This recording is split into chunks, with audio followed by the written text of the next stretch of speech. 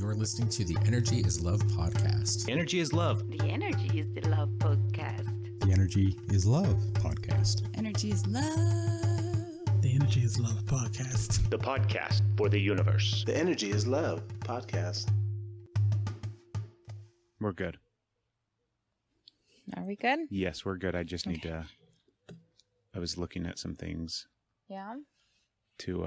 Is it Facebook? You No, looking at Facebook? I thought I was good, but then I started talking and realized I wasn't. then you had to adjust the mic Yeah. again. Nobody on this podcast ever does that, by the way. You're the first. I didn't spend... Here we go. Let's go ahead and... There we go. Do you feel good there? I'll just move. Make sure, because you got to sit comfy. I'll be fine. Are you sure? Absolutely. That's not fine at all. Fix No, it. it's okay. Fix it so it's you're good. comfy. We got time. It's good. Did it I'm being 28 times silly. last I week's know. episode. I was just being embarrassed because I was trying to tighten it and I loosened it, and all of a sudden the mic was like, "Meow." It was a floppy mic, A floppy mic. like a floppy disk. So, welcome. Thank you for tuning in to this week's episode as Craig puts his phone down and Ooh. begins talking to My ear itches. That's normal. Stephanie. And thank you for tuning in. If you're watching this on YouTube, we really, really, really, really appreciate it. And we would also appreciate it if you subscribe to the Mother Huggin' channel. It's just kind of easy to do because they put those subscribe buttons everywhere. We'll pretend that it's here, but it's not. Subscribe. Can we put it there? Not during at this point of the episode. At the end of the episode, it's somewhere, but You can't do this? baby, come on. I feel like you can do it. We're sitting in our backyard with I a feel fucking like this GoPro. is a stretch. I feel like you can do it. Click here and here. Okay. Or you can put, never mind. So yeah, and if you're one of those Apple type of personalities, can I already say that? Yeah, you can Yeah. say Apple type of personality. No, I was going to be like, you should leave us a review. Subscribe on iTunes. I don't know if that's the end of the podcast though, isn't It's it? fine. You can do I it don't now. know. I just So- wanted to say it. Did you? No. Okay. Okay. I'm going to get up on a soapbox for Already? the first little bit. I'm ready for it. I just Yeah. didn't know if we were going to jump right into that. We are. So what happened today, Stephanie and I were out for our walk. Lately, we've been, well, not late, kind of lately. We've been trying to walk together, but I have my nearly broken foot. That's almost healed, by the way. And Stephanie is like very quickly approaching the end of August, which will coincide with her walking 100 miles, walk/run 100 miles during the month of August. So that's amazing. But actually, when this is out, it'll be the 1st of September. It's the last day of August, 1st of September. So Stephanie will have accomplished that goal. it because I'm like 9 miles out. Is it really 9? Yeah. Oh my I God. think so. That's so exciting. That's so I exciting. will clarify. Keep going. Yeah. So we were out for our walk today. Mm-hmm. Well, I'm not going to be able to clarify if you go right into the deep. You're okay. And her and I were talking about... It is 9.07 to go. Nice. And then I am 100 miles. That's so easily doable. Yes. You're so going to kill it. So we were out walking today, and I started talking to her about the latest police shooting involving Jacob Blake. And I want to double check and make sure. Yeah, that's his name. So it took place in, well, I don't need to explain the whole story because everybody is Especially by September. caught up on what is going on. Hopefully, and if you're not, go Google it and see what's going on because there is some... Messed up. Yeah, there's a lot about this situation that is very, very frustrating. So that's what we were talking about on our walk. And about halfway through it, I'm like, gosh dang it, we just need to talk about this on the podcast because it's something that I'm so upset about. Yeah. So angry about it. If you haven't watched the footage of him getting shot 7 times in the back by a white police officer, I have not watched the footage. you don't necessarily have to because it is hard to watch. But I watched the footage of it, and it happened last weekend. So we're not going to try to figure out what day this is or what day you're listening to this.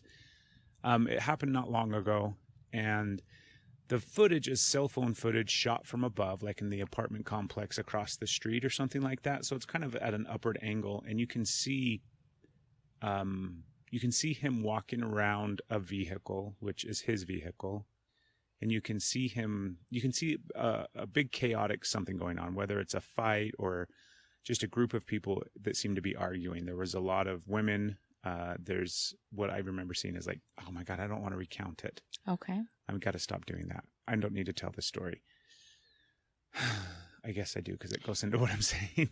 But the two officers that are involved, or at least the two officers that you see in the video, basically Jacob Blake starts walking away from them and goes around the front of his vehicle and proceeds to try to get into the driver's side of the vehicle. He's not running away. He's moving in the sense that he's walking kind of like with purpose. He's not strolling and kind of taking his sweet time.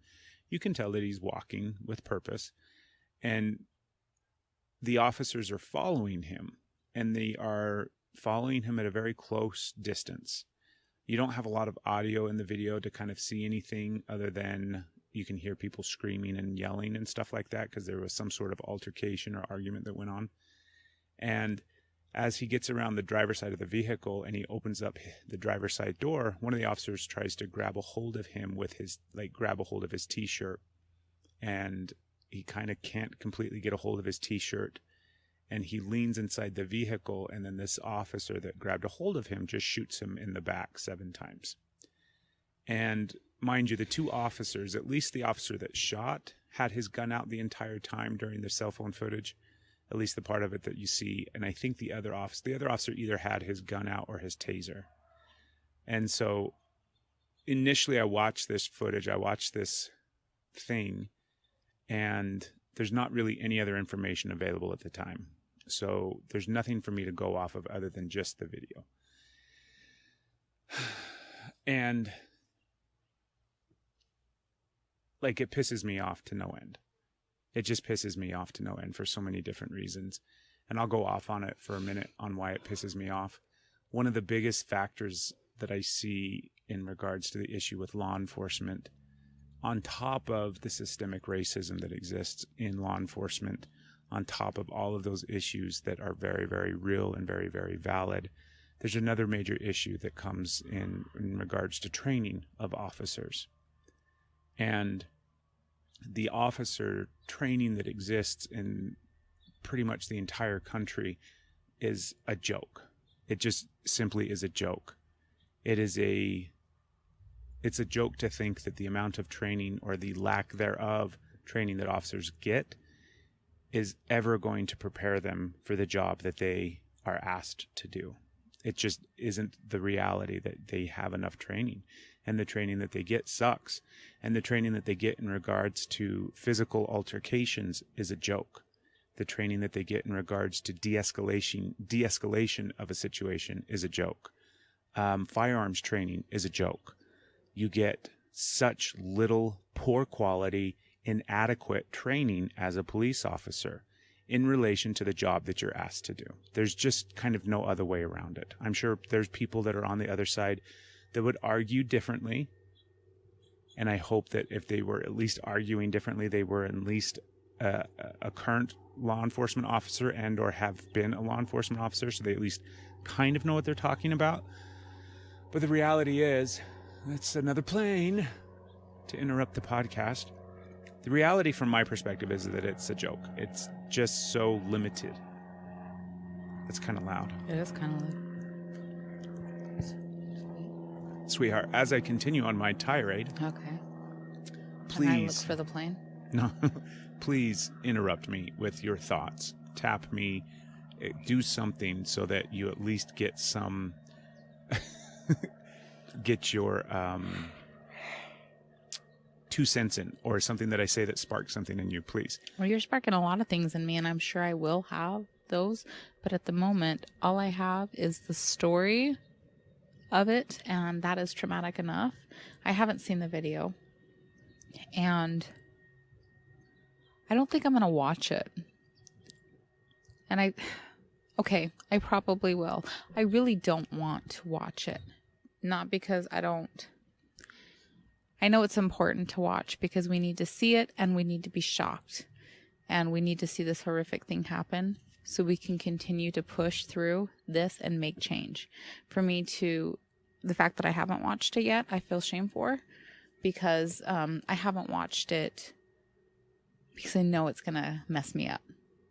And I'm not ready to see him get shot in the back 7 times. Essentially point blank range. I'm not ready to see that, but I have to obviously get out of my comfort and watch it so I can be more outraged than my imagination will allow and help continue to make a difference. But as of this moment, I have not seen it, and I have not been a police officer. So at this moment, I'm listening to what you have to say, and I will ask questions as they come, but at this moment, I'm listening. Okay. So the first thing that I see, like, none of what I'm talking about excuses shooting him. Not even, like, not shooting him in the back 7 times. None of it justifies the actions of that police officer. Because the evidence isn't there on video. And even if there was some sort of evidence that was very, very clear, and there just isn't that. There, from my perspective and from what I've seen, there just is zero cause for deadly force, period. And of course, the argument is all the other circumstances at play, which I'm well fucking aware of as a police officer or as a former police officer. I understand that there's always way more things that are going on during that situation. And we could sit and I could rattle off countless speculations on what that officer was experiencing, as well as what some of the other circumstances of the incident are. Because I have been in incidences like that. I have had people that are incredibly non-compliant not run from me or not fight for me, but just passively walk away from me and refuse to follow any of my instructions or commands. I've been in that situation where there's a melee of chaos and fighting and arguing and screaming. I've done all of those things before. I've had people reach inside of their vehicle for things before. So I know to some extent, to the greatest extent I think possible, without actually having been there or being that officer, I understand what a situation like that feels like to be in, what a situation like that can happen, like what can happen in a situation like that, and how quickly things can change. I understand all of that stuff. But the idea that you're going to follow a person, although it happens quickly in reality, and even if we were to like count it out, I'm sure it's just a few seconds, but the fact that you're going to follow a person who is non-compliant with your gun out, and then the half-assed attempt to stop him from going into his vehicle at the last moment, and then shooting him in the back before he has the opportunity. Not to say he needs the opportunity, but there is no clear, here is some sort of weapon that I'm presenting to attack you with. Here's something that I'm going to threaten your life with. You have a non-compliant person walking away from you and trying to get into their vehicle. Now, of course, he could be reaching for a gun in his vehicle. Of course, there's copious amounts of all those other circumstances of what could have been going on or what was going on. And some of those facts may come out. And I dare say, not fucking facts. Not fucking facts. Fuck that. Some of that information that may or may not be true will surely be released. Some of it was released today. A little bit more was released today. And I'll talk about that later. But none of it fucking justifies the officer's actions. Not a single fucking moment of it justifies the officer's actions. He had more than enough opportunity to put his fucking gun in his holster and tackle that man. If that man was such a threat that you're going to shoot him in the back, the act of tackling him is that's the thing that I don't understand. If you're so, I'm not also going to do my best not to go down the rabbit hole of trying to judge that officer's actions from above. Because I was about to say, if you're so afraid that this man is going to kill you that you have to then kill him, then my thought is you're already in a place where you should mentally be prepared to tackle that man and fight that man.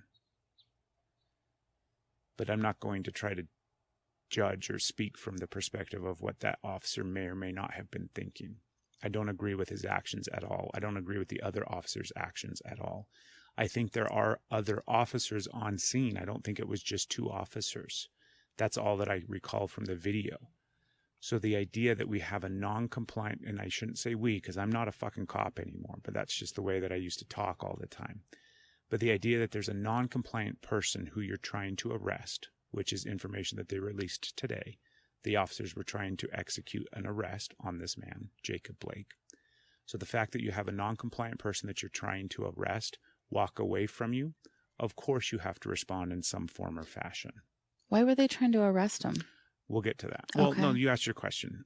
From the information that was released today, which was a fucking joke of a press conference from that police department, the officers responded to some sort of domestic altercation and were attempting to arrest Jacob Blake.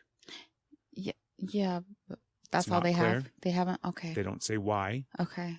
The assumption is that he was involved in the domestic dispute in some way, shape, or Okay. form, right? So they don't say why. And then he supposedly or allegedly had a knife. Okay. So the way that they articulated it, and I should just go back and read it, and you can definitely Google and find it on YouTube and watch the press conference. But it's like he had already stated that he had a knife. So he had already told the officers that he had a knife. So he was declaring that he had a weapon, not Yeah. just giving the information that So, they say to do. Let's not try to extrapolate out too I'm far. sorry. Because it's just a press conference where they release information. So the information they released is Mr. Blake had stated that he had a knife. Okay. Okay. Now I hear that Uh-huh. and I can interpret from a police officer's point of view of what that most likely means. Okay. So they're probably talking to Mr. Blake at some point. They're probably talking to him about what's going on, and they're just interviewing him in a sense to try to assess what the situation is. Okay. And at some point, they're going to ask him if he has any weapons on him, because it's such a stereotypical question and a common question that police officers ask people, right? So he probably said, yeah, I have a knife in the front seat of my car. It's in the driver's side compartment or something like that. Okay. So he probably said something along those lines. And this is all speculation. All speculation on my Okay. part. I'm just assuming. I'm just making massive assumptions, right? Okay. So he probably said something like that along the lines when the officers asked him if he had a weapon of any kind. Or, do Okay. you have any knives or guns or any weapons in the car? That would be Okay. another thing. Okay. Do you have any weapons in the car? And he said, I got a knife, you know. And then, so the presumption is that he was going around to the driver's side vehicle to get the knife. Okay. And that's why the officer shot him. So that's the presumption, or basically essence of what the press conference was kind of outlining from the police's perspective. Okay. But it's very minimal information. There's hardly any information whatsoever. And there's so many gaps in what the fuck happened. Yeah. And I the guess i- I need to find more information because what I found so far was that I don't know if this is true because obviously I haven't seen the video and I didn't know that more information came out today. So I have not read, I'm not up to date on this. And I'm sorry that I'm not up to date on this. You're okay. But the information that I had up until this point, which is why I'm confused why they were trying to arrest him. Because he was there to break up a fight. I heard that's what I saw, that he was trying to break it up and he couldn't, and that he called the police for help. Yeah. I don't know if that's true, but I also don't know that that's not true. Right?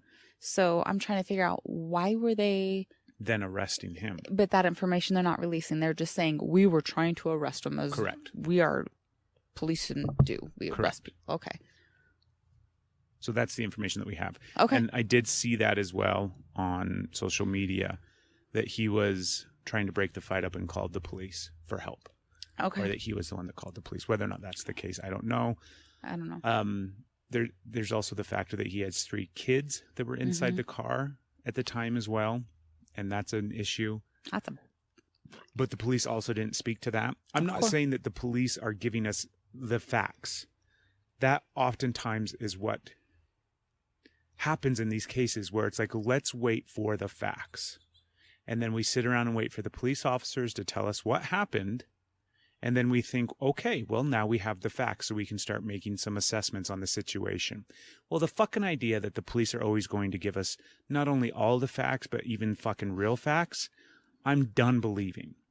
I'm done thinking that they're going to give us the information that is somehow going to paint a picture other than the officer was justified in his actions. And with what they have already stated in their fucking piss poor press conference of fucking information, leads me to believe that that's exactly the picture that they're trying to paint. That once again, this man was a criminal that had committed some criminal act and was a threat to this fucking officer's life. And And I have so many fucking things about that. Like, if you're going to be fucking afraid of a man walking away from you and potentially getting into the car to get a knife to stab you to death, and you have enough time to follow him around that fucking vehicle and you don't tackle him, and you don't try to subdue him and stop him from going to his weapon, that's your fucking fault. You had the opportunity to de-escalate that situation and stop that situation getting to the point where you had to kill him. Mind you, he didn't kill him. I'm sorry, shoot him. Mr. Blake is still alive. The thing that I just saw right as I was researching, right as we were getting going, information that's out now, that the police have placed him in custody. So he is still in the hospital because he was shot 7 times. And I believe he's paralyzed from the waist down. And the report is that he has now been handcuffed to his hospital bed. Keep in mind, when this episode comes out and you listen to this, all of this information may have changed at that point, because this is going to be out a few days later. Where's he going to fucking go? Has nothing to do with where he's going to go. It has What to are they do with doing? them. Okay, Right? I'm sorry. The idea that somehow now this man is in custody because he's committed a crime. Whatever. I cannot wait for them. They're definitely going to charge him with assault on a police officer. You'll see. Well, getting in your car is very aggressive. Yeah, no, because it's the other part of the video that we didn't see, where they have justification to tase him for some reason. My guess is he's that's super right. non-compliant. Watching that video, that's not a man Is that's he fighting. scared that all of these things, that this is now my turn? Yeah. That I called for help to show my kids that, I mean, speculation, of course, that police are good, and here he's trying, and he's like, oh my God, I'm going to get killed in front of my kids for trying to reach for help. Yeah. Yeah, I probably wouldn't have felt the taser either. Well, I can tell you that officer's incompetent from what he did. So the fact is, whether or not he's the one that tased the person, Yes. or tased Mr. Blake, he's obviously incompetent as well with a taser. So Yeah. it's so hard to not Sorry. talk about this and not just go down these rabbit holes of like I elevate outing with these you. fucking. I mean, the fact is, I watched something else too earlier today, where they were talking about the whole thing, and they were talking about the officer's actions and the threat that he felt. And then you hear people from like the Black Lives Matter movement talking about how he was simply shot because he's a black man. Oh, excuse me. And I see that so clearly now, and I didn't used to. I used to think How? that was like, no way, like officers don't think like that. That doesn't really happen. And there's 100% fucking racists in policing and in law enforcement that would kill and shoot a black man simply because of the color of his skin. And then there's also a bunch of other fucking police officers who might not be outright racist, but who have so many racial biases against black people and who are afraid of a black man because of the way, like we have talked about at great length on this podcast with previous episodes and previous guests, but it's also something that you can go and research of why white people are so afraid of black people, specifically black men. So it makes perfect sense to me that in some way, shape, or form, he was shot because he's black. That's probably why they didn't fight him in the sense of trying to tackle him, because they were afraid that they were going to get hurt, because they were afraid that he was a black man. So many things that I'm speculating on, but it's also like very it's fucking infuriating. So the part of the walk today that I was talking to Stephanie about this whole situation, because she hadn't heard about it yet. So I was filling her in on everything, and I was talking about the tactics specifically of the officers. So we're going to go off on a tangent here. Specifically, I'm going to go off on a tangent. I'll ask the questions occasionally. You're so patient and so wonderful. Because Oh, did you hear that? Patient and wonderful. you are. You're amazing. And you're patient and wonderful because your husband's... Amazing and wonderful. And you're about to drop some information that I hope takes off. Well, takes off. I hope it holds. I hope people listen, and then it has a ripple effect. Yeah. That's better. Thank you. I hope this goes viral. I don't know. Well, podcasts do go viral. Anyways. Okay. Tactics of this officer. When I say tactics to give context to people that don't understand what I'm meaning. It's the skills and the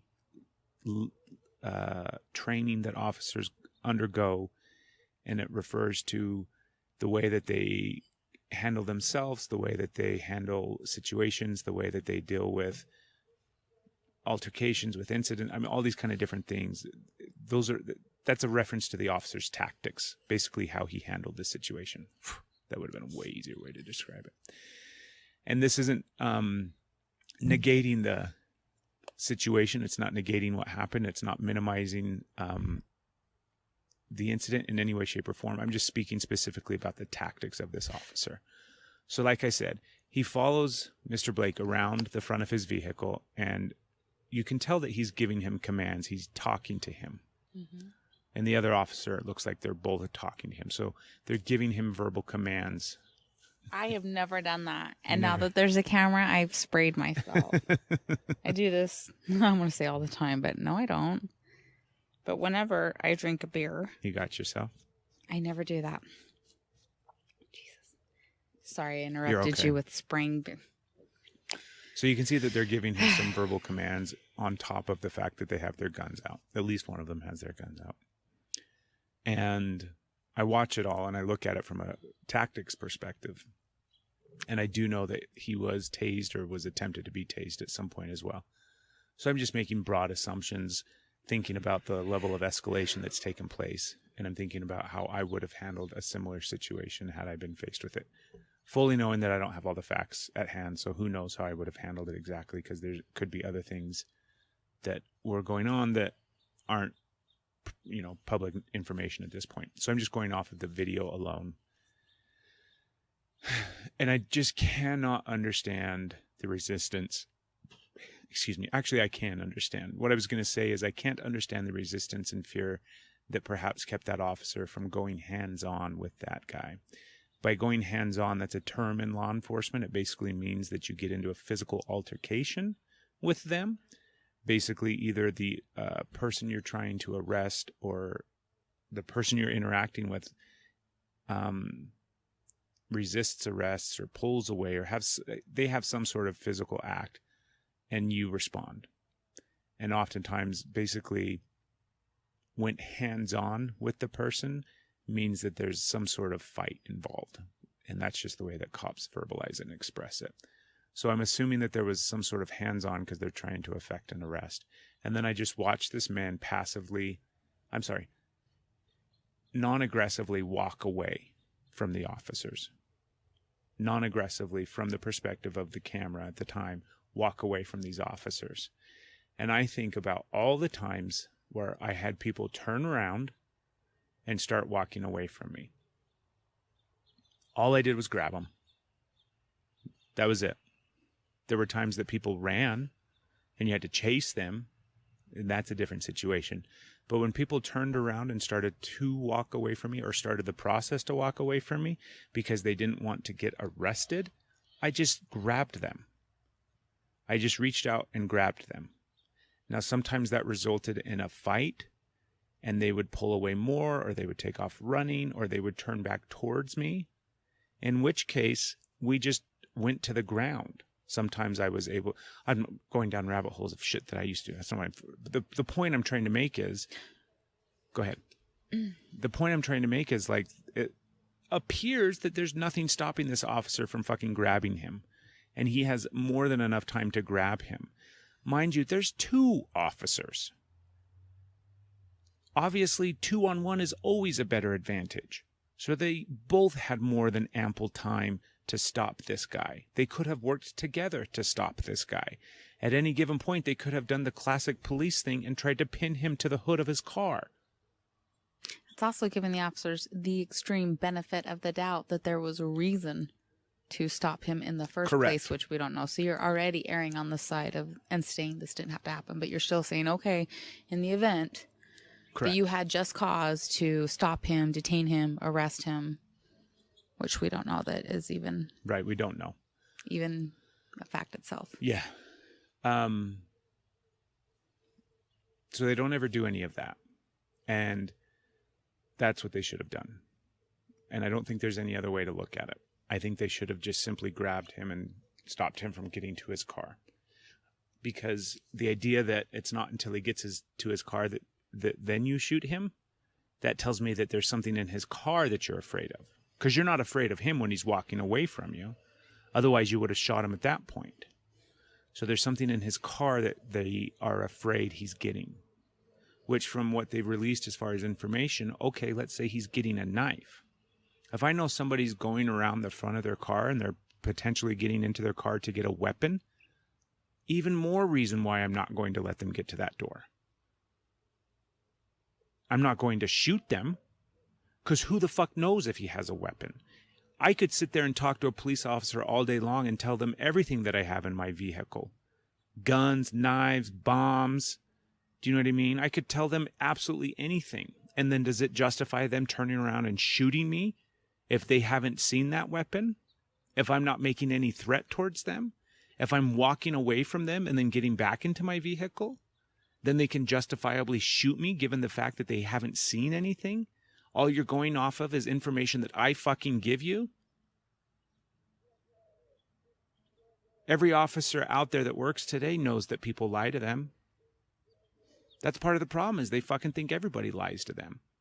So right now you're going to believe that he has a knife in the fucking front seat of his car? Let's get back to tactics. I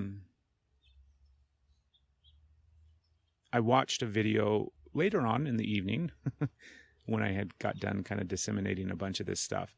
And it was a video from, there's a pair of Gracie brothers in California that have a school, a jiu-jitsu school. And if you don't know who Gracie, or the name Gracie in regards to Brazilian jiu-jitsu, that's a different podcast.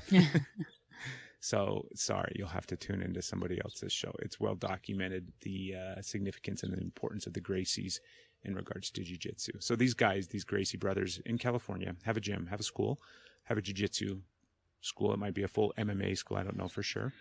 But they have a school, and they also have taken Brazilian jiu-jitsu and pulled out the parts of it that would be applicable and useful for law enforcement officers to know, and they have started to teach it to departments and to individual officers. So they offer this training. And I don't know the specifics of it, and I apologize. I probably should do a better job of bringing it up and giving the information. But I watched a video where they were talking about how they feel that if jiu-jitsu was implemented into self-defense tactics or just defensive tactics for officers, how significant of a change it would be. And the way that they were breaking it down in the video, which I resonated with so much, they were talking about de-escalation. And in law enforcement, de-escalation is a big deal. And it's something that gets talked a lot about. And it's getting talked a lot about right now in the media, where they're talking about de-escalation tactics and de-escalation techniques. And did the officer follow the de-escalation policy? De-escalation is a fancy fucking word for talking to people. Because that's all they do. De-escalation tactics is literally just talking to people, relating to people in a human way in an effort to get them to calm down usually. You have a volatile situation, and in order to de-escalate it, you talk to them and you get them to calm down. It's incredibly useful. It's incredibly powerful. It's got it is the way that potentially violent situations end peacefully, is using these de-escalation tactics. But the problem with it is, like everything else in law enforcement, they don't teach it well. They barely teach it at all. They almost talk about it from the perspective of, this is de-escalation tactics, and moving on. You should use these tactics of talking to people and calming them down when you're a police officer in the field. And then they move on. And that's me limiting the reality of it. Keep in mind, this is my own personal experience. They do have more in-depth classes on it. They do have scenario training where you'll have somebody behaving in some way, shape, or form. And the goal of the training is to use these tactics, these de-escalation tactics. But it's like I was telling you today, sweetheart, they are ineffective if not used properly, like anything else. And the vast majority of officers don't have the skill set to use them properly. The vast majority of officers are not good with communication. And they're definitely not good with communication in stressful, high-intensity situations. That's when their communication gets worse and worse and worse. When you are a police officer, you are trained to simply say, stop, police. Because they take into consideration that it's very difficult to speak in high-stress environments. And it's difficult to try to articulate yourself in a high-stress environment. So simple, big words. Stop, police. So the idea that people who cannot talk and articulate themselves well during high intense situations are somehow then going to be able to turn around and effectively communicate and talk somebody down during a high intense situation. Well, duh. That don't fucking work. And that's why officers suck at de-escalation. Also, de-escalation is only talking. This is what the Gracies were talking about in the video that they had. It's a really good video, and I'll put it in the show notes so that you can go watch it. But they talked about de-escalation only being verbal, and when it came to physical altercation or physical violence or some sort of physical interaction, there is no de-escalation, there is only escalation. Because if somebody presents a threat to you, I have to go one up from that threat. And then when they go up again, I have to go up again. And when they come higher, I have to go higher. I have to continually escalate the situation to control the threat.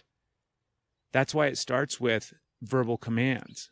And then it moves on to physical commands or physical contact to try to restrain somebody. And then it moves up from there. Maybe it's pepper spray. Maybe next it's taser. And then it is the gun. Because what other option do you have at the end of the spectrum?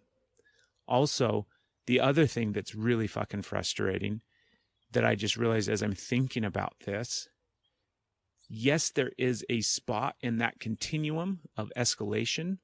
There is a spot where physical fighting, for lack of a term, or physical contact, or trying to control and fight with somebody who is combative with you, there is a spot in that spectrum for using that action and using that behavior. But it is only in regards to what they do. And so the idea that you're going to go from verbal commands to trying to restrain somebody to some form of less lethal and then to shooting them is so broken. And the way that they were talking about it in the video was they're trying to fight fire with fire because all they're doing is continuing to escalate the situation higher and higher and higher until it gets to that point. And there is no de-escalation taking place. And so they were talking about how jiu-jitsu is that de-escalation in the physical space, where talking is no longer working. And now we have to de-escalate the situation with our physical bodies in order to stop it from getting into a space where an officer would have to shoot somebody. Because no officer, I'd like to say no officer wants to shoot somebody, but obviously there's plenty of officers that want to shoot somebody. That's why they're fucking cops. So jiu-jitsu can take that role and it can become the thing that it gives officers the ability to de-escalate situations when somebody is combative or violent. And it's also the type of thing that is easily taught, it's easily learned, and it doesn't take years to perfect. Do you want to know one of the main self-defense tactics and techniques that they use in law enforcement for self-defense and defensive tactics? It's Aikido. Okay. Have you ever heard of Aikido before? Yes, I have, but I can't describe it. The first time I heard of Aikido, I thought they were talking about a keto diet. So that's why it stands out that, yeah, I've heard it. I know it's some form of... It's a form of martial arts. But it's I don't know what Steven it is. Seagal is famous for. Oh. It's the form of martial arts that he's practitioner of, I guess we'll pretend and call him a Okay. practitioner. So he uses Aikido. Okay. Aikido is a lot of intricate not handholds, but a lot of intricate locks and control techniques using your wrist and your arm and your own body weight and your own motion and everything like that. And they're effective when done properly, and they take years to perfect, and they're difficult to teach and they're difficult to learn. And when you get into a situation where things turn violent and the intensity ratchets, like goes to a 10 immediately, if you haven't practiced your fucking Aikido control tactics or arrest control techniques, they go immediately out the window. So that's the method they use. It's That's the one the- that's pretty much impossible. Not only is it pretty much Well, impossible, I'll say improbable. very improbable, very low, like people just don't use it. Yeah. Okay. They just don't. And people will argue me. If you're in fucking law enforcement and you're listening, sorry, that wasn't for the people in fucking law enforcement. There was a bug about to hit my eye. Yes. If you're a cop and you're listening to this and you disagree with me, I would love to talk to you. I would love to have a conversation with you about why you disagree and why you think the way that you think, because I can pretty much guarantee I know, because I fucking thought the way that you thought. So I would love to have a conversation with you, and I promise it'll be very civil in nature, because I'm not mad at cops, especially individual police officers. Well, I'm kind of getting mad at them. There's some I can understand. No, I'm kind of getting mad at Yeah. all of them. It's kind of to the point where it's like, fucking change. I agree. If you get to the point where How? you fucking see any of this and you're still sitting there not doing a fucking thing about it as a police officer, then fuck you. You need to do something about it. You need to step up and make a fucking change in your department with the men and women that you fucking work with. Because the idea that you aren't doing anything wrong is bullshit. The idea that you aren't susceptible because you're one of the good cops. Doesn't. If you're one of the good cops, then fucking say something. Fucking make a change to law enforcement across the country if you're one of the good cops. But to sit back there behind your Blue Lives Matter flag and do nothing other than complain about how hard your job is and how mean people are to you, that is fucking well documented from the very first day that you became a police officer. You didn't go through the academy and they told you to prepare for fucking hugs and roses. So stop bitching about how hard your fucking job is and how nobody understands what you do. And if you're one of the good cops, fucking do something about it.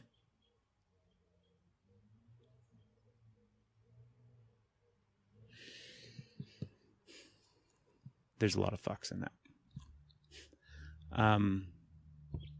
Back to jiu-jitsu. The reason this is significant to me is, I know I've mentioned it on the podcast before, and we've had some people in the realm of jiu-jitsu on the podcast in the past. I'm super familiar with jiu-jitsu. I trained in jiu-jitsu for several years, and it was a very intense several years of a lot of training. I'm not a black belt. I don't even know what belt I would be, because we didn't train in that way. I didn't do gi jiu-jitsu. I did no gi. Anyways, I'm very capable when it comes to jiu-jitsu and knowledgeable. And I also have experience being a police officer, and I also used jiu-jitsu as a police officer. And it was effective. Like, there is no ifs, ands, or buts about it. It was far more effective than anything I was taught in the academy. And when I say it, I'm talking about jiu-jitsu as a whole. But the fact is, it can be broken down into little tiny chunks of information that can be taught easily to officers. And the beauty of jiu-jitsu is the vast majority of it is gross motor skill. It's big movements.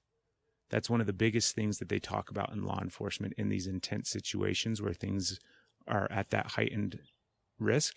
They talk about gross motor. They don't teach you tactics and techniques that involve you articulating your hands and fingers in small ways, shapes, and forms. They teach you big movements because they know that you can't fucking think and move your hand in that way, shape, or form. So gross motor skills. And jiu-jitsu has so many gross motor skills involved, where it does not take a lot to put your arms underneath somebody's arms, to get underhooks on somebody, that's not a difficult move. That's a move that you can teach to a 3-year-old, and they understand the concept of getting their arms up underneath somebody else's arms. And when you're on the ground with somebody and you're fighting with them and they're trying to reach for your gun or get at your belt that you have on, you can put your arms up underneath their arms, clamp your hands behind their head, and you can essentially negate the ability for them to get their hands and or arms down by your gun. That is a very simple tactic and technique that is easily taught, easily practiced, easily implemented. And it's the type of thing that you don't need a fucking black belt at to do.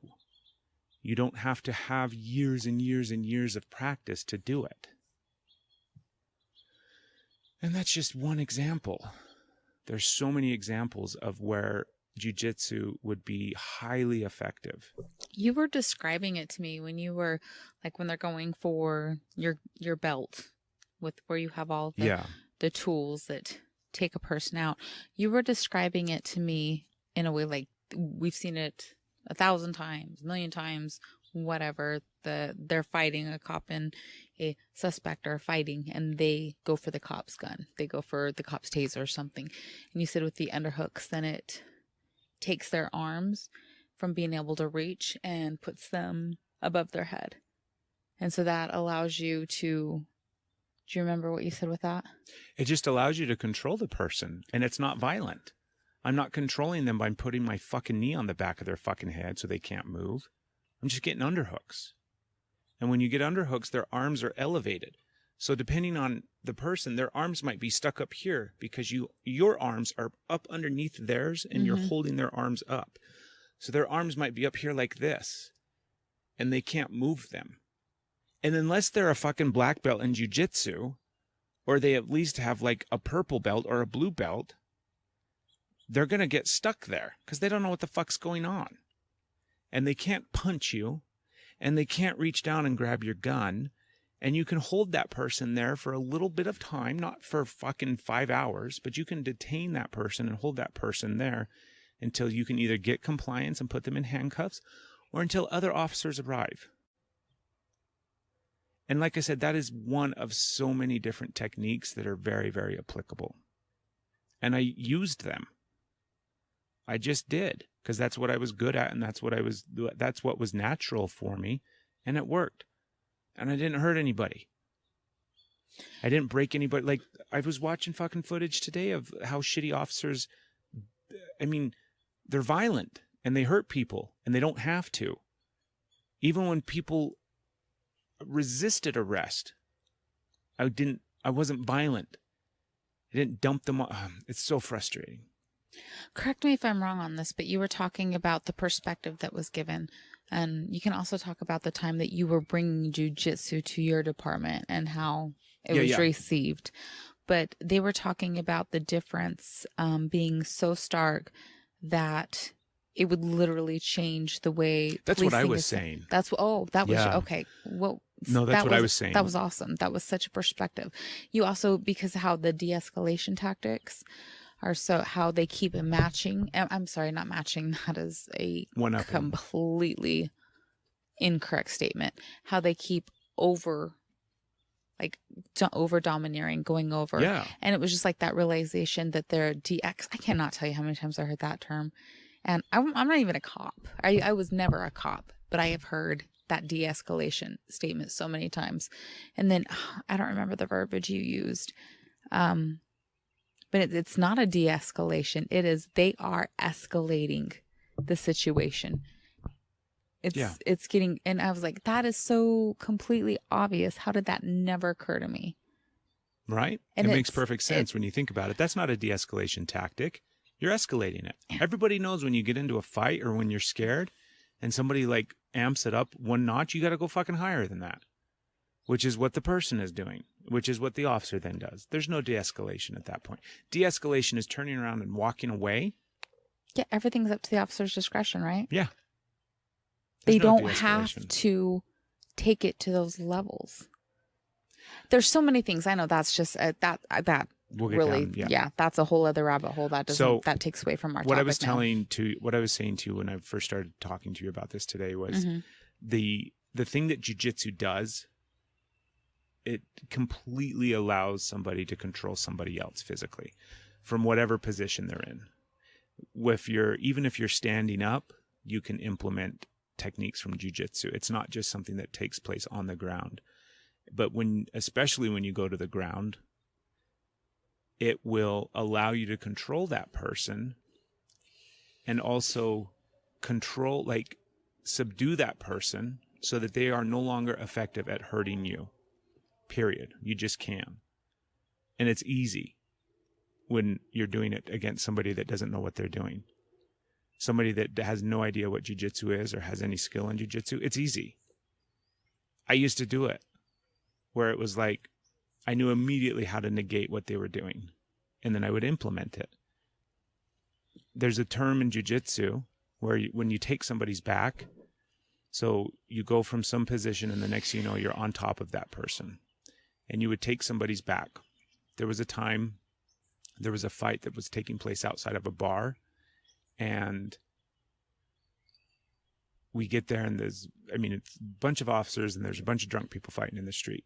So you just kind of show up and you start trying to break it all up and disperse it. And we got into a physical altercation with somebody who was clearly drunk. We knew he was drunk. And he was starting to resist us. And I was on top of him. And I took his back specifically. And I got my hooks in. And I was able to straighten him out and flatten him to the ground so that he could no longer fight and resist. Another officer came up and tased him. There's a thing called dry stun. It's where you remove the prongs of the taser so it doesn't shoot anything out. You remove that, but it's still effective to stun people with, and it hurts. So he did that a few times. I don't know why, but basically me taking his back and controlling him stopped. And then as soon as we got him in handcuffs, I got off of him immediately. And I can also, the other thing that jiu-jitsu allows you to do is it allows you to control your weight. I wasn't compressing and pushing down on his chest and his diaphragm because I had my hooks in and his legs were up off the ground underneath my legs. And I had my legs positioned in such a way where I completely negated his legs so he could no longer use them. And then it allowed me to sit up higher on him so that all of my weight was compressed down onto his waist to keep him on the ground, but he could still breathe. That's what jiu-jitsu does. And this is an easy teach. This is something that doesn't take years of practice to be able to implement in those times. This is something that's big movements. So even a toddler can do it. Therefore, it's... Correct. Obviously, it's like anything else. The more you do it, the better you get. Yes. However, because the amount of effective training that police officers actually receive, that is something that they can be trained in. Yeah. Quickly and effectively, and changes can start immediately. Yeah. That was what I was saying was jiu-jitsu is so effective that if they were to roll it out tomorrow across every department in this country, if they were to implement jiu-jitsu and have every department in this country training it and using it in their defensive tactics and in their academies, it is so stark of a difference from what is being taught today that it would be night and day. It would make that big of a significant change in law enforcement, where we would go from seeing issues like we're seeing today when police officers are killing people and attacking people, and you see 9 to 10 to 15 police officers piled on top of one man. It would change all of that to the point where it would look like the difference between night and day. It is so effective. Now, there's going to be plenty of people that disagree with me. That's great. Get your own fucking podcast and record your own fucking episode. Like you said, if there's cops, though, that are... Yeah, come talk to me, please. Yeah. Especially if you don't know jiu-jitsu. I'll happily show you how effective it is. I'm not looking to fight police officers. I'm like that. You might want to question I'm not looking that. to fight police officers. I'm just saying it's out that it's you're really easy to show. that you're Mexican, so that means you're in danger. You got to be... That was shitty. You're fine, babe. I don't... It's not factual, though. Right. Like, I make a joke about it, and I shouldn't. Because it's a safe way to put it out there and call out how how deadly it can be to be at a color other than white. But it's not. That's what's happening. That is Please. what's happening. Where was I going? It's that big of a difference. It's that easily taught. Stephanie referenced what happened when I tried to kind of bring it up at my department. And it wasn't even just at my department. When I went through the academy and was going through the training at the academy, I would bring it up. I'd be like, hey, they would show you some techniques. And this is the keto they're teaching. So both. Oh. When I say both, they don't just teach Aikido. Uh-huh. That's just one aspect of what they're teaching. Okay. So if the fact is they don't really teach. Again, I've never been through the academy. So. They don't really teach a form of self-defense. They teach a bunch of different little techniques. They cherry pick what they think is effective. Yes. And then say, this is what your steps Correct. are. Okay. Yeah. I've got it. So during the academy, I would bring it up and be like, hey, this is something that actually makes this way better and way easier to do. And depending on the instructor, first off, you have to understand that when it comes to each state has their own governing board, and not every state has one, and not every agency cares or follows these governing boards. But you have a police officer standards and training is usually what it's called. And they set the standards for all the rules and regulations that police officers are not only taught, but kind of what they're required to uphold to. And there's a lot of approved tactics and techniques for self-defense and for control tactics. Approved meaning post-certified approved tactics. So this is a tactic that this is what you're essentially told, or the understanding is, this is something that has been implemented over the course of years and years and years in law enforcement, and is so highly effective. I almost said ineffective, which it is. It is ineffective. So highly effective that it's tried and true police tactics that we are now teaching you. That's what you're kind of led to believe. Yes. Now, I went into that with my background in jiu-jitsu, and I knew what was effective because I had done it for years. And then they would show me things that I'm like, that doesn't work. They would show you blocks for punches. So if somebody's punching you, some of those, and somebody's punching you, show me how it didn't work. But yeah, right. Hold on, punch me with the right arm, not the right. Nope.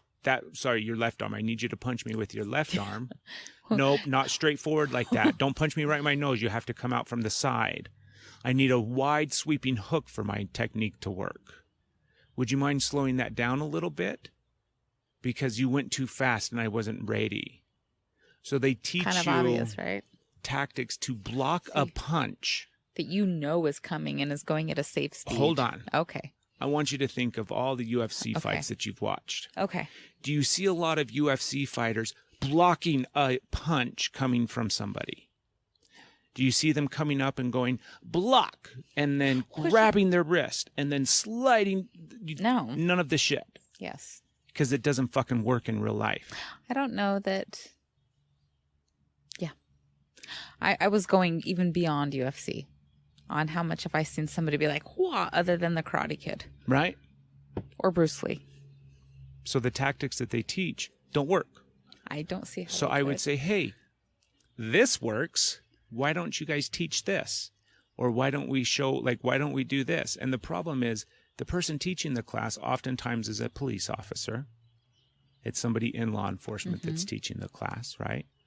And they are required to keep their job to teach these specific tactics. And unless it falls under those specific tactics, you can't teach it. Let me explain why. Because if an officer employs that tactic while on duty and he gets fired or criminally charged or has some sort of action, and he says, wait a minute, I was taught this at post. I thought this was a post-certified tactic, which is why I implemented it.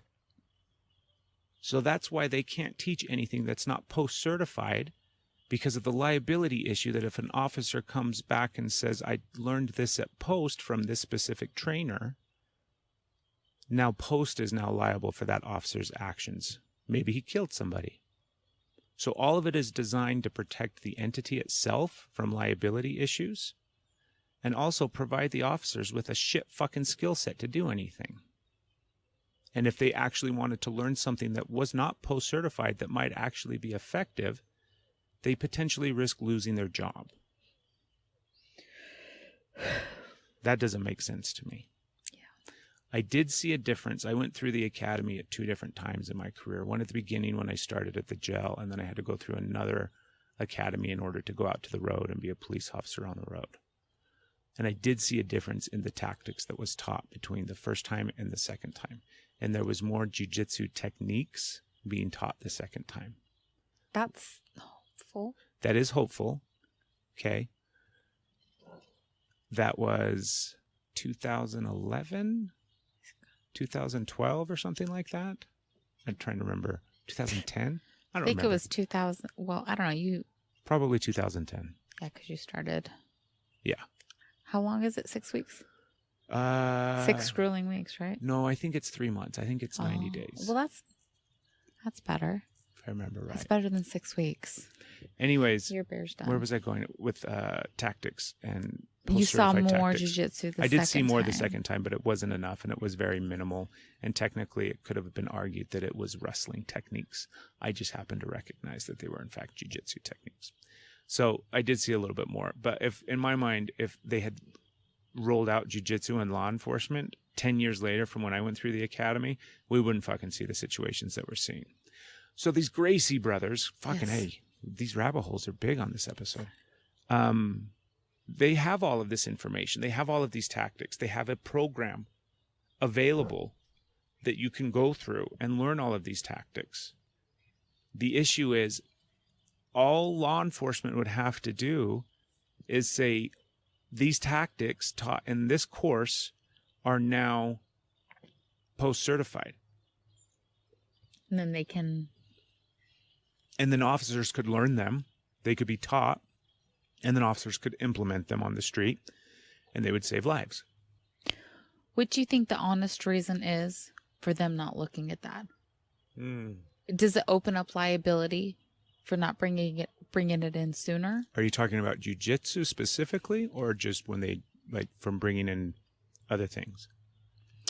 I guess either or. If they have a new method, like isn't everything supposed to be about learning and improving and knowing better and doing better? Very much so. And now, like, all these policies are always rewritten, and because there's now a better way, there's more effective way. And this is what your policy was at this time, and things that happen up until this date are covered by this policy. But then from here on out, here's this policy update. So why, if they know something is going to be, there's no way they don't know. Like, right?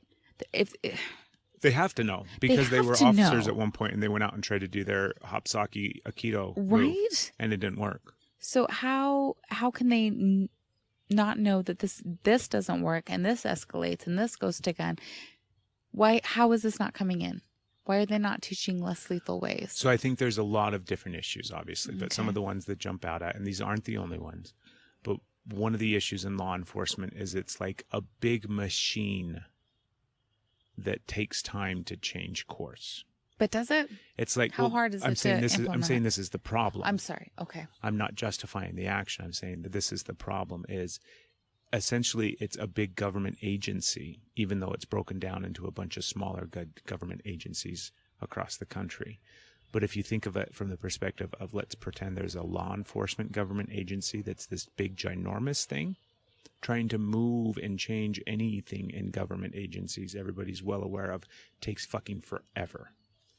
So the idea that they're going to have to go through the process of now implementing jiu-jitsu tactics and techniques into literature, into training, into teaching, not only that, but now we have to change all the information in our post, manual, everything that involves from a governmental standpoint, in such a large agency standpoint, takes so much fucking time. That seems so factual of a holdback.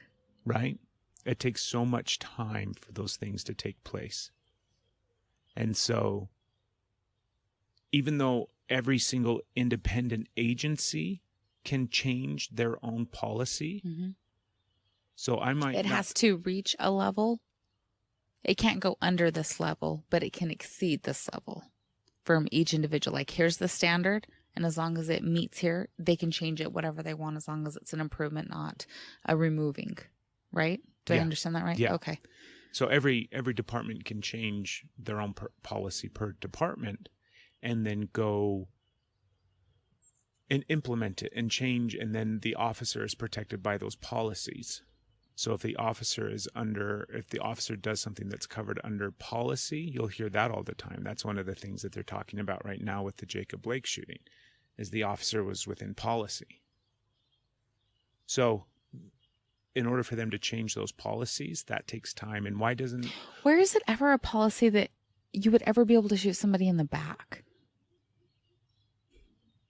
I don't think it's a policy to say you can shoot somebody in the back. But whenever is that viewed as your life is in a threat? Yeah. If the person is moving away from you and they're not moving towards, like, I understand if they're moving towards somebody to attack them, then you're saving a life.